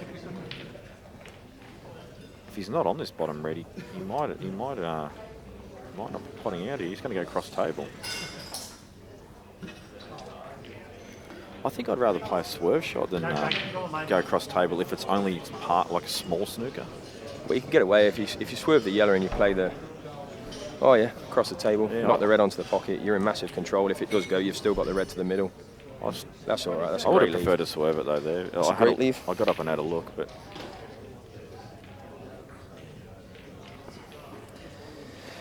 I think it's he's definitely got the run of the balls at the minute. yeah, Robbo might have no choice but to try and commit to a very big out.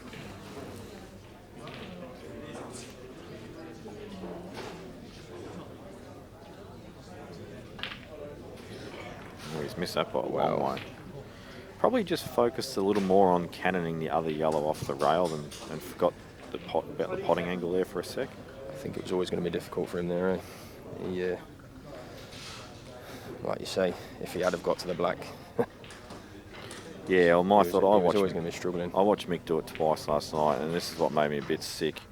He's got this incredible ability of playing like that yellow that's down the bottom here of the table, of landing on a sort of semi-thinnish cut and then playing the ball running side and kicking the black off full ball. Oh, he's a genius at it. Yeah.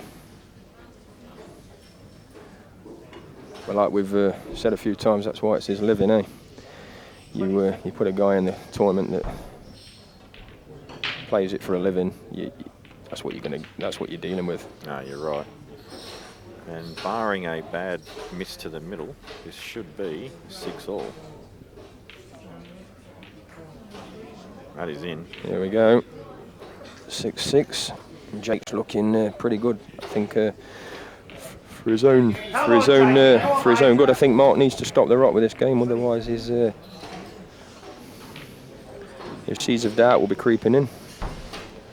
Yeah, Jake's break was huge there. He had full control from the beginning of that frame.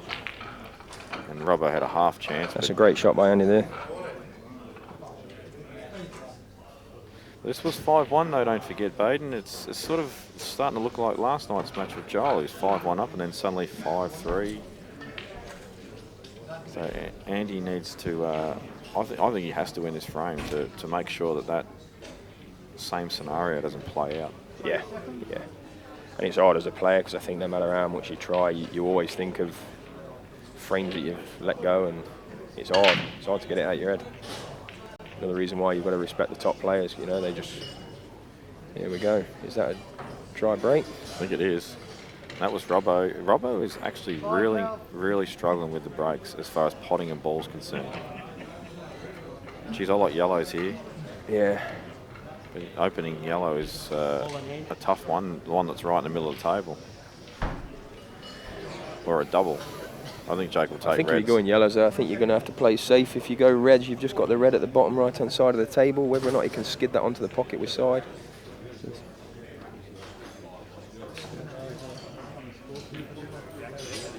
Rusty got 1 or 2, I didn't see. You're going to play the jam now. Oh, look how far his elbow's out. Interesting to look a little bit there, and I tell you what. He's got a result and a half. Hang on, what's he on? Oh, he's got 2. Yellows. 2 shots. No, that's not 2. He had 2 shots, that was the right shot. Pot this little screw back for the yellow into the top pocket. 20 seconds. Didn't actually just see what Jake did there, but it can't have been good.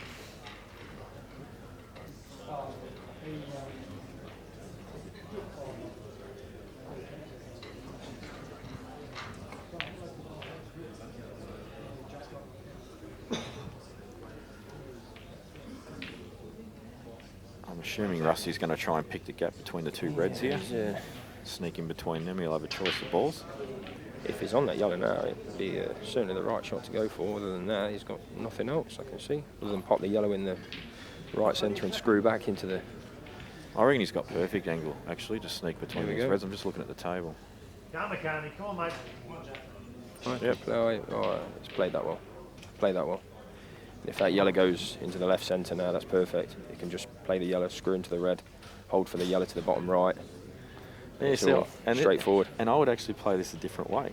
Yeah. I would play the one on the right, and I don't care if I screw high, because then I can come off the back rail again. And I know that if I've got the yellow last, the red's just going to hold the white. But if you play the yellow to the middle now with side, and you just hold into the red, it straightens up. You're going to be on a straight yellow. Well, it's going your way. Which is rare, because no one ever goes my way. Well, he might get it wrong, so don't... Well, he's underscrewed. I think he had to come higher, unless his angle's perfect where he can just squeeze past the black. Or he can drop that yellow in and go through the gap for the yellow to the top pocket, stun it for the black into the corner. I don't know. Oh, hang on, now he's playing the yellow. What's going on here? This is wow. Jeez, that was a great That shot. was so risky, but he's played that absolutely brilliant. That was just fraught with danger. The guy's unbelievable. Wow, I just saw Robbo miss. He makes even the wrong way look the right way. He does. I just saw Robbo miss a long pot that you would hardly ever see him miss. But then is it the wrong way if you get him? That's the thing. I've sat here so many times saying this is the wrong way to go, and then they just make me look like an idiot. I'm pretty used to it now, though, so I just water off the duck's back for me. That's where I've been going wrong. I've been trying to go the right way, and I should be going the wrong way. And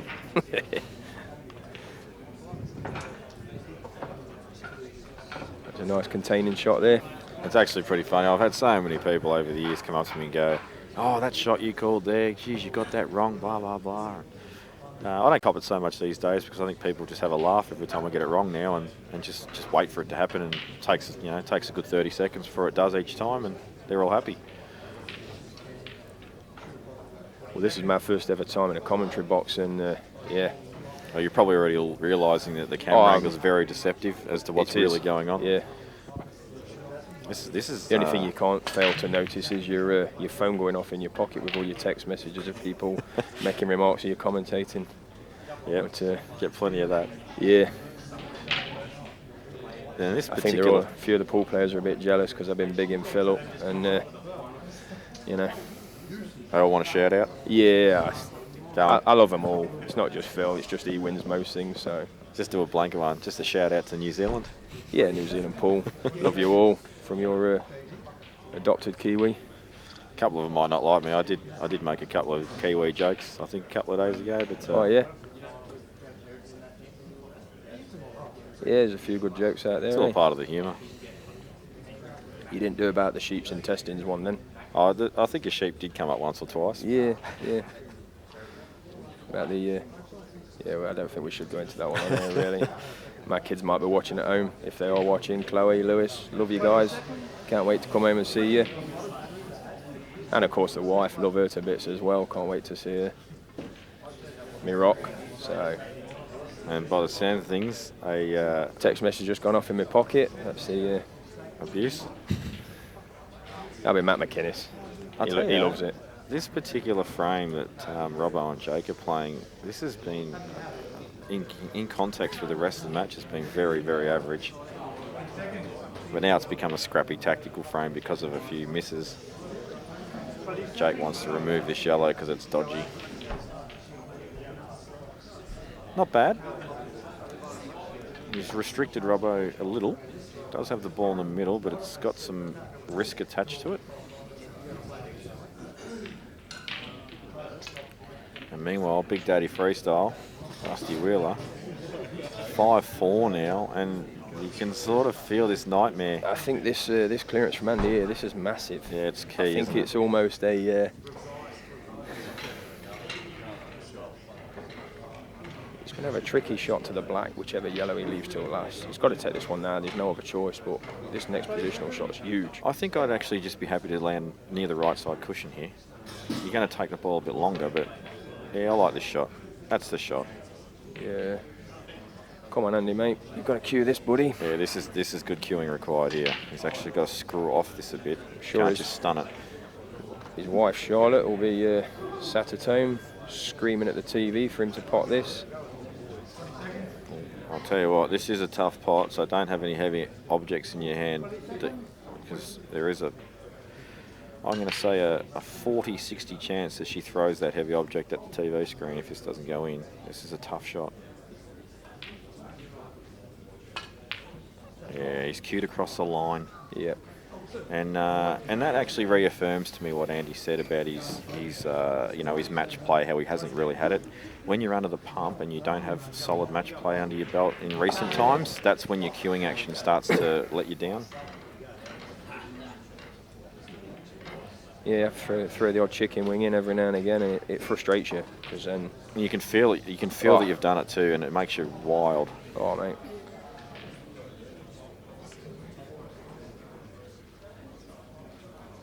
He's just looking for the best path there. All these balls are sort of near one another, but you need to still be neat and tidy with the way you choose. Well, I think even with Rusty's attacking game here, to be honest, I don't think he can turn down the chance here of just dropping in and getting 2 shots. I know. Why take a risk of losing the white when you can guarantee 2 shots here pretty Rusty much? will not snooker. No, he will. It's just not in his repertoire. I don't think he sees safety shots. He does when he has to, when he feels like he can't pot out. That's pretty rare. So even this pot here, he's going to take it on. He knows he's going to be on a choice of balls. Yeah. He just has the ball. Well, he's gone right through. I think he knows himself. He had to make the shot there. I mean, this is tricky now. It could be tricky. He just believes in his ability, probably more than most.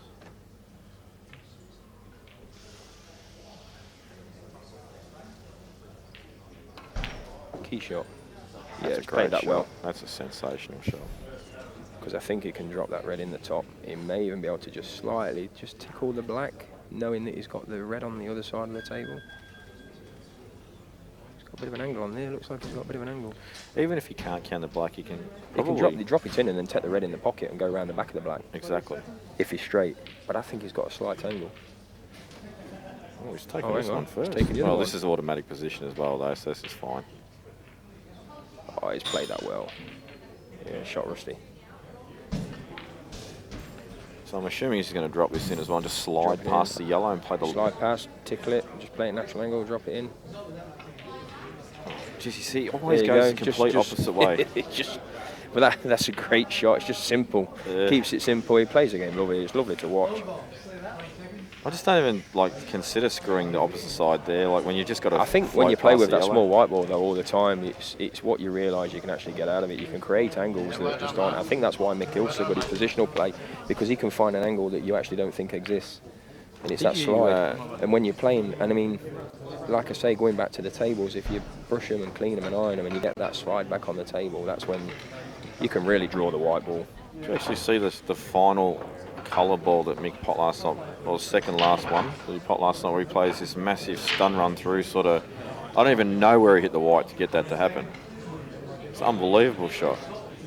If you've noticed though, it's the way he actually caresses the ball. A lot of it's in his timing and his cueing action. Yeah, for sure. He looks like he cues it different to everyone else in the room, but it's in such a positive way. It's the way he's just got the white on a piece of string. It's hard to not go on too much. It is. And feel like a Mick lover. Yeah, people are thinking I'm a love child of Mick Hill, but yeah, it's I just respect the guy so much. What he's done. Great shot there from Jake. Opened up probably. Oh, he's definitely going to be opening up both pockets here because he wants to clear the black as well.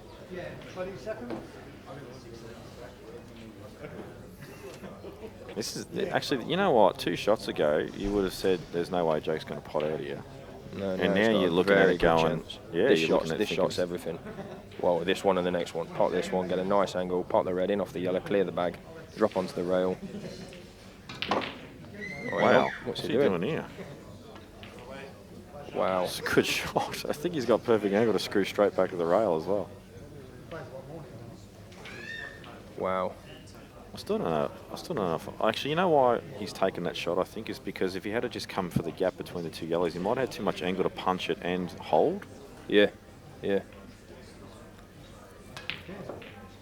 Can he pinch a bit of pocket? Maybe force the angle so he's on this red on the bottom rail, second to last ball. Screw back up through the gap, send the red down. Oh, this is a tough shot. This is tough. He's actually got to use right hand side on this as well to get back across the table. 20 seconds. Come McCartney, come on, mate. That's it.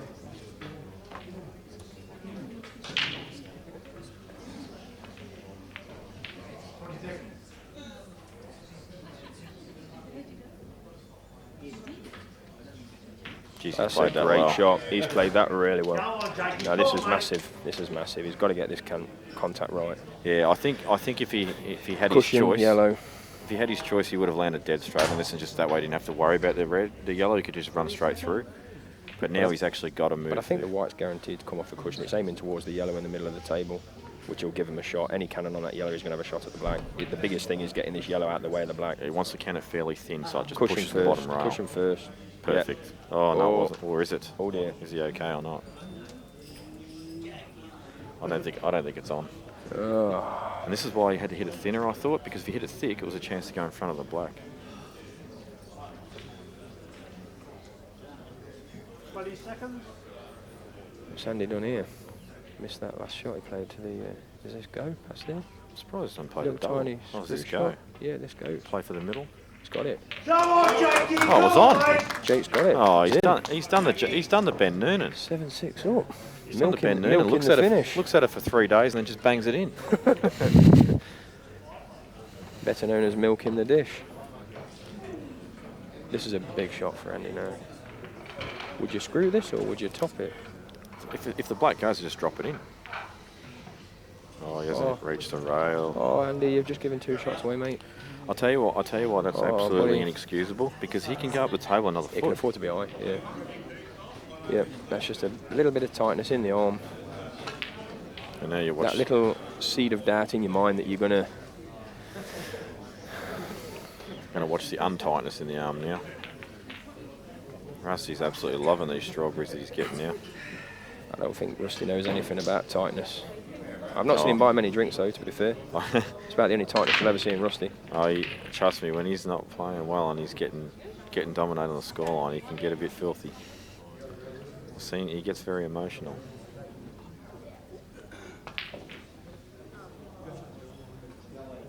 Spent a lot of time comfort eating, obviously.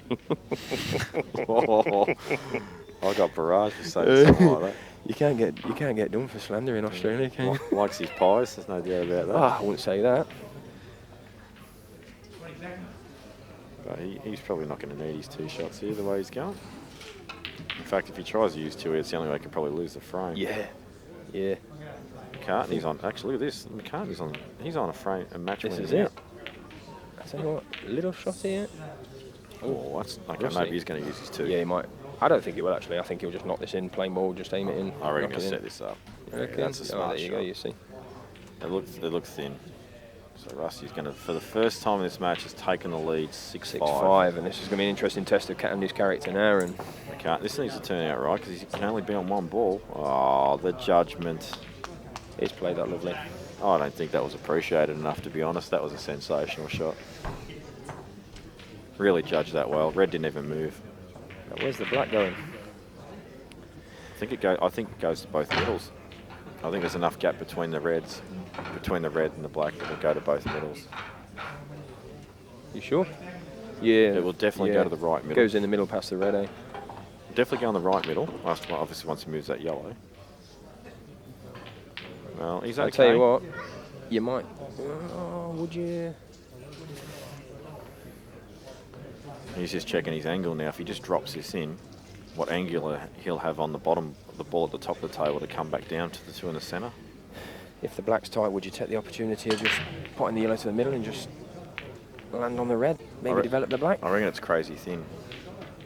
I reckon it's too thin to risk letting the white, because the black would fly. I think this is it. I don't think you need to touch any balls here. I think you got to control the white. Yeah, And like you say, the black goes. And if anything, if the black goes in the left corner, you probably play for this yellow that's in the centre table, the bottom left. I think just top the white now, come off the rail and drop down in between, in the gap of the 2 yellows. If you under it, you've got yellow to the bottom left. If you over it, you've got both yellows. Just got to play it, pot the ball. Oh, he's played the shot I said. He's played for the corner. Actually had less angle than I thought. He's quite fortunate though, he pots balls off lampshades. So he'll cue this. I can't see him missing here. He actually has to. And I think as well, confidence is a big thing. He's got the momentum with him at the minute. He's not going to give up this opportunity now. He's actually got to run through this, so he's not going to stun it. You know what I mean? He's not going to punch it in. He's He actually can literally just drop it in dead weight. Yeah, but I don't think he'll dead weight it. I think he'll just. Oh, he's stunning it. Stun. Oh, that is nothing but a dead set choke. Oh, I think he was just trying to hold the white too much, to be fair to him. Didn't have but to. You've got to make sure the yellow. If you get the yellow, you've got a shot at the last yellow. You can't miss the yellow. He just did not have to hold. He didn't have to. He could have run that in at a nice pace. Just let the white ball move a touch. So what do you see? What do you see Robbo doing here? Because obviously the red on the left-hand side of the table, that's going to create problems. Do you just play off the red at the top and try and drop him behind it, or do you go for the? Will Robbo go for the kill? He might play for a double. Oh wow! He might miss. I'm telling you, these pockets, they're just killing him. Oh, but there's no excuse for that one. That was just a bad miss. But he did. You can see where the white is. He's playing for the double next. I think he liked it because the angle he's got now, he plays the double, white ball comes back sort of centre table, and it leaves, if he happens to miss the double, Jake's got a really tough ball down the rail. Can Jake get through to this ball on the cushion? This is another one that you want to stun try in and or kick play it in with a little bit of side. You might have to put a bit of side on to avoid the yellow. You want to play at a pace, see, and it draws. Yeah, it draws. He didn't hit that clean though. And people will be sitting there now going, how did these two guys get to the semi-final? But once again, we'll tell you, you won't believe just how tight these tables play. They are so difficult. And Jake is the one person, if you say, oh geez, these pockets are tight, to go, no, they're not, they're fine, they're perfect. Yeah. But it doesn't matter what table it is, you could be able to, you wouldn't be able to fit a Well, ball into one. we've seen that if you cue them, they go in. So they do go. And he's got a great chance here. Not really been keeping much of a... Oh, hang on. Oh, he's fluked it. That is... He's fluked it. Have a look at the context of how massive that fluke is. He misses that. He just opened up the black guarantee. He's got a nice little angle on this red now. He can develop the red at the top left, knowing he's got the red to the top right as a safety net. That is actually sick. I think after seeing that shot, that Robbo is destined to make the final. Oh, that was sick, that shot. Well, he's got one big shot here. Red to the bottom right, 2 cushions. Do your homework at the top of the table, come back down. Yeah, he knows. He knows what a is. gift that was, Yeah. and that's why he hasn't even gone around, looked, and just taken his time. He just I've just been given the luckiest chance of my life here, and I'm going to take it. I'm not going to muck around. So what's his angle like on that red? It's looking a bit straight on the screen, but I'm looking at the table now, and it's screwing out. Nice shot, reverse side. Great shot. Oh, this and must that red go to the pop. corner. If this Red goes to the must go. corner, That's a he's great just shot. blessed. Maybe it doesn't go. Hard. I tell you what, if it don't go, it's just become difficult. 'Cause he's going to have to screw the red in the top. He's going to have to come back down the left-hand side of the black and back up the right-hand side. Do you think maybe he might actually play for a double again? Because I think with his cue power and his cue action, I think he'll try and screw this red. punch off the side rail. I don't think he can. I don't know what the angle's like. I think he might have to. I think he can punch it. Yeah, so you had to really force it. Don't tell me he's going to cause some kind of traffic. Not this. Oh, he's just popped it a little bit to the rail. It shouldn't matter though this time. I just think with his cueing action there, he could have possibly. You've got a lot of work to do with the white, but it's a small white. You cue the red into the top pocket, come back, a bit of bottom and a bit of side, and come around the other side. I don't think you'd never play for that shot. I had to look at the angle. I stood up. It was one of those horrible angles where it was not. It was not straight enough, but not enough angle. Now McCartney. We praised the extremely fluky. And we've been watching that, and we've missed what chance Andy gave there. He was looking pretty straightforward. Rusty's just gone 7-5 up against Andy. This match is over. Over there, that is I don't know. Don't write him off. I told you he's like a Jack Russell. He don't give up. He'll leave everything on that table, Andy will. McCartney. But this match is over. Yeah, well, Robo had a massive piece of luck, but unfortunately for him, he could not close it out. I think I'd I'd put my house on him getting this black. Jeez, I'll tell you what, after that red I saw him miss before. But you're right, he should get this. There he goes. There we go. Jake McCartney through 8-6. And I'll tell you something right now, it just... So what happens now with Marc Robertson? Who does he get to play He's now? out, he's done. He's done, is he? That's him finished. You'll feel terrible about that. This is why Jake is so good, because his prep has been the worst it's ever been for a big tournament like this, and he's still making it to the business end. But he's had a nice little win the other night in an exhibition match against Mick, which I know it's only an exhibition match, but he played well in it. You know, it's must take a bit of confidence out of that when your preparation has been so bad. Look at this break from Rusty as well. I'm going to say he wins the match from this visit. You reckon? Yep. You going Reds? Going Reds. Well, I've given up trying to pick Rusty's shots because I think he just plays off instinct, so... He's going to play for these two left balls now. I'm already wrong. Yep. No worries. Well, I'd already picked the other shot that he was going to go up and try and cannon... Oh. Actually, straight double. His angle might be... Cut it in. No, I think his angle's perfect. His top left-hand corner, just go over the left-hand side of the table and get behind these two reds. Yeah, it looks good. He's going to say you'll play your double. I reckon the double's actually crazy. Yeah, this is a shot. I think Rusty's crazy. He's looked at every single ball and said, no, this is the best one. Yeah, that's the key, eh? Make your mind up, decide what you're doing, then do it. Yeah, that's a good shot. He would love to have been slightly on the red. Slightly straighter. I think he'll still be able to screw out. Straight on the red makes it a hell of a lot easier. But he's starting to cue the ball well under pressure. Yeah, he's cued that so well there. Jeez, that's an awesome shot. Seen so many of those balls missed. And yeah. Nice little angle. Pot the red, screw across, avoid the black and the yellow. Pot the red and the black into the right centre. If he lands straight on the red, screw back, black into the bottom. I agree with everything you just said there, so let's see what he does. Well, mate, we've got one right. Yep. We've got one right. It would have been hard to map the out differently there, wouldn't it? Yeah, well played, Rusty. He's finished this match off really well here. He's never looked down, he's never looked out.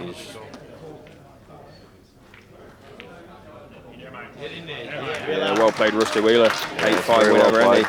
Just want to congratulate Andy, mate.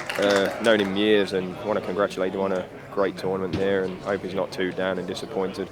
Look, I think he will be. He don't like losing. It's that killer instinct in him. He's a great young lad. He don't like losing, but I think he'll take heart from this, and I think certainly he'll go away from this and he'll be back next year, and I think he'll put a bit more practice time in. Yeah, I reckon. And if his A game comes, then watch out next year. You might be finding Andy Barnett going a few stages further than this. I reckon you might find that he'll actually play in a few more tournaments to get himself prepped for this one next year as well, and that's when he'll be dangerous. So anyway, time to log off. I'm going to go and check on our Kiwi players in the Anzac qualifying tournament. And we'll look forward to watching Mick Hill, I think 5 o'clock. Yeah, we'll be back with more. Actually, I think women's coming, or maybe all the finals are due. I think we're down to final 4 on both, aren't we? So 5 o'clock, folks. So yeah, there's quite a big gap before we come back. So go and get all your afternoon duties done before you go. Don't miss the 5 o'clock action. All right, thanks, guys. Press that. Press that.